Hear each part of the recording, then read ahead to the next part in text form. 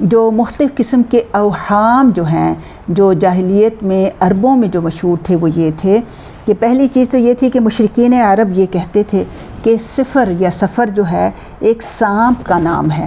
جو پیٹ کے اندر ہوتا ہے، یعنی ایک کیڑا ہے، سانپ ہے، اور جب معدہ خالی ہو جائے تو وہ اسے کاٹتا اور تکلیف دیتا ہے۔ اس وجہ سے انہوں نے اس کو جو ہے یعنی منحوس سمجھنا شروع کر دیا صفر کے مہینے کو۔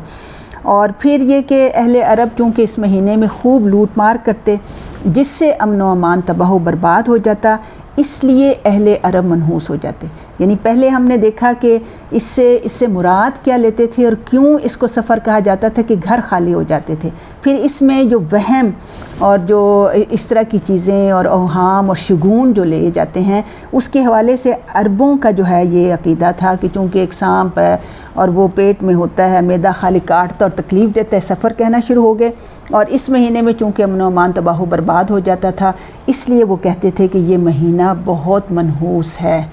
ٹھیک ہے، اب ہم دیکھتے ہیں کہ دور جدید میں سفر سے منسوب جو ہیں وہ کیا اوہام پائے جاتے ہیں اور اس کے حوالے سے کیا کیا چیزیں جو ہیں ہمیں ملتی ہیں۔ برصغیر کے عوام میں، ہم تو برصغیر کے اس کے عوام کے حوالے سے بات کرتے ہیں، وہ اس مہینے میں چونکہ نبی صلی اللہ علیہ وسلم کی وہ کہتے تھے کہ آخری بیماری شروع ہوئی اس لیے وہ کہتے تھے کہ یہ مہینہ منحوس ہے۔ اور پھر دوسرا جو ایک نحوست کے حوالے سے چیز جو ہمارے معاشرے میں عام رائج ہے کہ سفر کے مہینے میں نکاح کرنا جو ہے وہ بھی منحوس سمجھا جاتا ہے۔ وہ کہتے ہیں کہ یہ مہینہ ہی منحوس ہے تو اس میں کوئی بھی خوشی کی کام جو ہے وہ نہیں کرنا چاہیے۔ پھر خاص طور پر سفر کی جو 13 تاریخ ہے اس کے منحوس ہونے کی وجہ سے اس مہینے کو 13 تیزی بھی کہا جاتا ہے۔ اور آپ دیکھیں کہ وہ قومیں جو آج جن کو ہم بہت ہی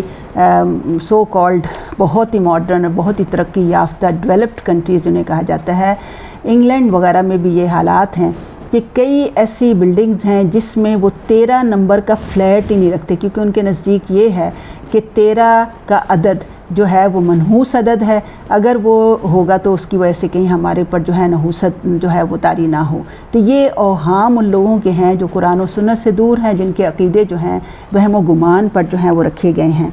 پھر یہ کہ ایک اور عقیدہ جو دور جدید میں جو اس سے منسوب ہے وہ یہ ہے کہ ہر سال 10 لاکھ بلائیں نازل ہوتی ہیں جن میں سے صرف سفر کے مہینے میں 9,20,000 بلائیں نازل ہوتی ہیں۔ یہ چیزیں میں ایسے ہی نہیں بتا رہی، یہ ساری وہ چیزیں جو ہمارے معاشرے میں پھیلی ہوئی ہیں اور اس کو آپ خود بھی محسوس کریں۔ اور پھر یہ بھی ایک بات بڑی مشہور ہے کہ یہ مہینہ مردوں کے لیے بہت بھاری ہے۔ اور پھر یہ کہ یہ من گھڑت بات بھی مشہور ہے کہ نبی صلی اللہ علیہ وسلم فرمایا کہ جو مجھے سفر کا مہینہ گزر جانے کی بشارت دے گا میں اسے جنت کی بشارت دوں گا۔ یعنی ایک بالکل غلط موضوع حدیث ہے جو نبی صلی اللہ علیہ وسلم کے نام کے ساتھ منسوب کر کے جو ہے وہ بتائی جاتی ہے۔ اور پھر یہ کہ ان نحوستوں سے بچنے کے لیے ہمارے معاشرے میں کیا چلن جو رائج ہے کہ لوگ چنے ابال کر تقسیم کرتے ہیں۔ آپ دیکھیں گے یہ سارے کام ہو رہے ہیں ہمارے معاشرے میں، اور بعض لوگ آٹے کی 365 گولیاں بنا کر تالابوں میں ڈال دیتے ہیں کہ وہ مچھلیاں کھائیں گی، کوئی جانور کھائیں گے تو ہم سے یہ نحوستیں اور وبائیں جو ہیں وہ ٹل جائیں گی۔ پھر یہ کہ بعض لوگ اس مہینے میں کچھ مخصوص عبادت، نفل اور وظیفے پڑھتے ہیں تاکہ اس مہینے کی نحوستوں سے پناہ لے سکیں۔ اور بعض مسلمانوں کا یہ خیال ہے کہ نبی صلی اللہ علیہ وسلم سفر کے آخری دنوں میں مرض الموت میں مبتلا ہوئے اور بدھ کے روز انہیں کچھ افاقہ محسوس ہوا، تو اس وجہ سے یہ سفر کی آخری بدھ والے دن غسل کرتے، اچھے کپڑے پہنتے، باغوں میں سیر کے لیے جاتے، بچوں کو سیر کرواتے، باغ میں سے پتے یا جڑی بوٹی چبانے کو ضروری سمجھتے اور کچھ پھول یا پتے گھر میں بھی لاتے۔ تو اور کچھ لوگ کہتے ہیں کہ چونکہ اس میں بیماری ہوئی تھی تو وہ اس بیماری اور اس نحوست کو دھونے کے لیے یہ کرتے ہیں کہ اس میں کچھ جشن کرتے ہیں، کچھ چراغاں کرتے ہیں اور کچھ اچھے کپڑے پہنتے ہیں، باہر سیروں کو نکل جاتے ہیں تاکہ اس کی نحوست سے جو ہے وہ بچا جا سکے۔ تو یہ ساری چیزیں جو ہیں آپ دیکھیں کہ اگر ایک باشعور مسلمان ہو اور اس کے پاس صحیح تعلیم ہو تو ان ساری چیزوں کے بارے میں ہمیں